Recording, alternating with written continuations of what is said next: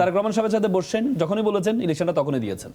তার মানে যদি এমন হইতো আরো 6 মাস দস্তাদস্তি করে যে হাদি হত্যা হয়েছে, সুতরাং এখন ইলেকশন হবে না, 3 মাস পিছায় বিচার করবো হাদির, অজুহাতে তো কোনো শেষ নেই, করা যেত, কিন্তু সেটা করেন নাই। এই জন্য তো তাকে স্যালুট দেওয়া উচিত, কারণ আমাদের ইতিপূর্বে তো ক্ষমতার স্বাদ কেউ ছাড়তে চায় নাই, কিন্তু উনি তো ছেড়েছেন এবং আমরা এখন পর্যন্ত সেটাই দেখেছি।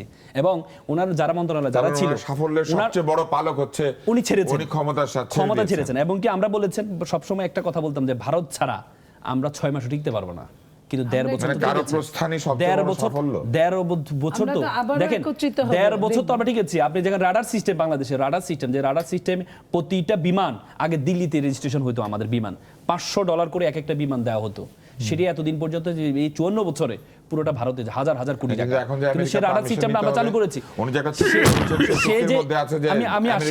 আমি আসি, সে যে রাডার সিস্টেমটা আমরা চালু করেছি, আমাদের একটু গার্ডস আছে, সেটি দেখিয়েছি। এটা তো কম সফলতার বিষয় নয়, এবং কি ওনার যে মন্ত্রণালয়ে যারা ছিলেন প্রত্যেকের সম্পদের হিসাব দিয়েছেন।